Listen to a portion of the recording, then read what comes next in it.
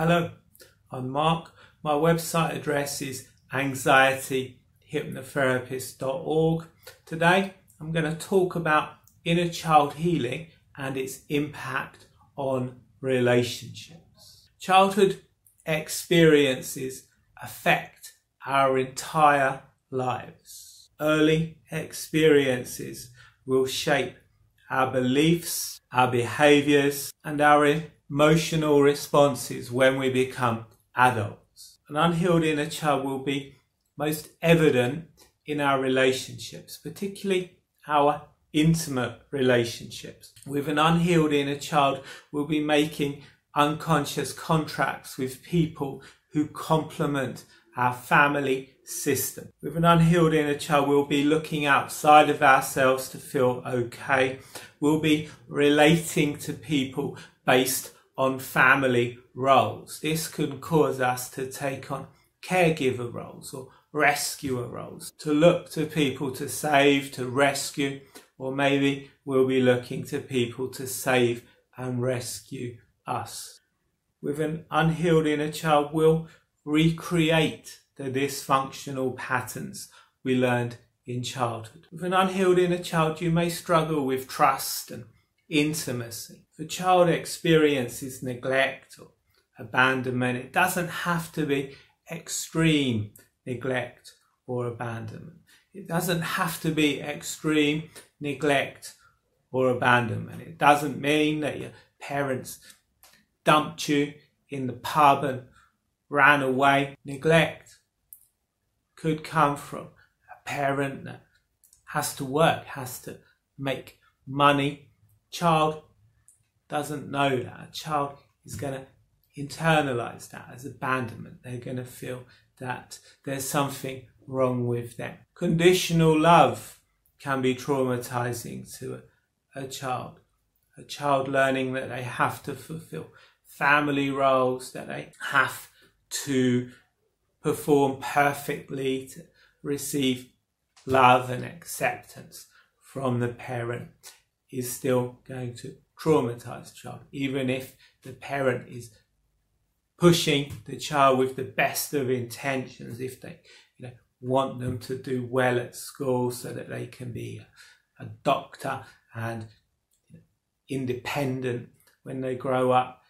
This is still going to be traumatizing for the child. The child who experiences any kind of neglect or abandonment is going to become an adult that has a deep-seated fear that they will be neglected and abandoned in their adult relationships. This fear may manifest as clingy behaviour, people-pleasing, a constant need for reassurance, or paradoxically, it may result in pushing other people away, pushing partners away to avoid potential hurt.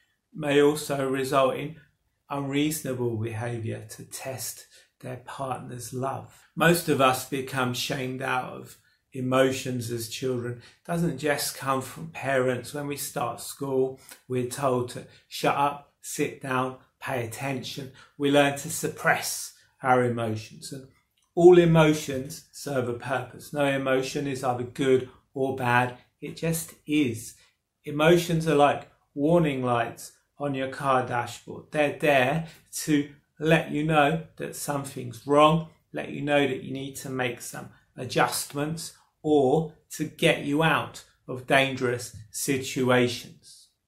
An adult who's been shamed out of their emotions will try to suppress their emotions, which can lead to all kinds of issues. Anger is a very common emotion that we become shamed out of as children.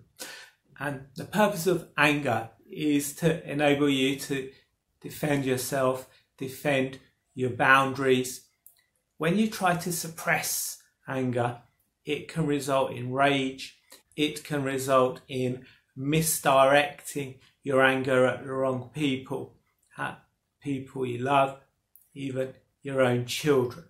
Anger, when suppressed, is going to be the most problematic emotion that shows up in your adult relationships. A child doesn't want to see their parents as bad because that could be life-threatening. They're a lot bigger and stronger than you were as a child. You were reliant on them to feed and to clothe you. So a child internalizes dysfunction.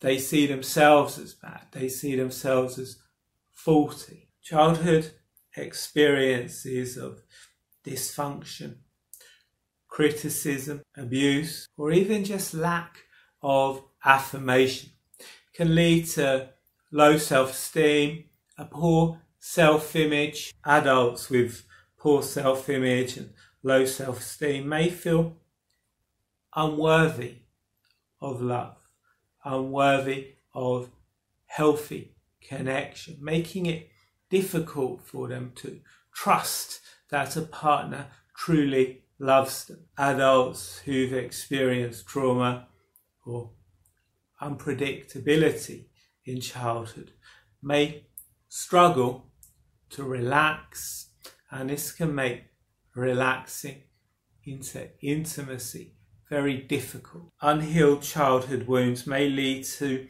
attractions of deprivation, seeking out familiar, albeit unhealthy relationships with the wrong kinds of people, seeking out familiar, albeit unhealthy relationship dynamics. An adult with an unhealed inner child will be comfortable interacting with people the same way they learnt to interact with people in childhood. As a child, you're looking to your parents to know how people should treat each other, how people should treat you.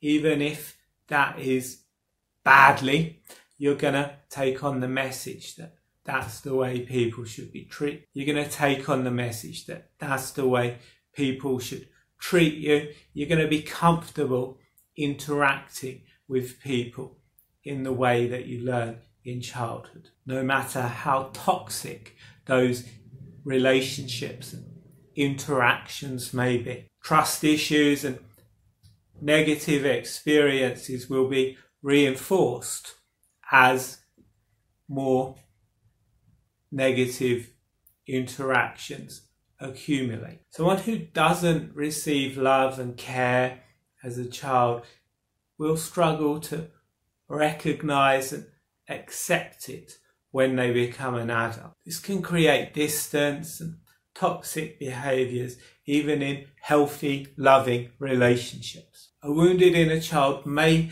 result in projection.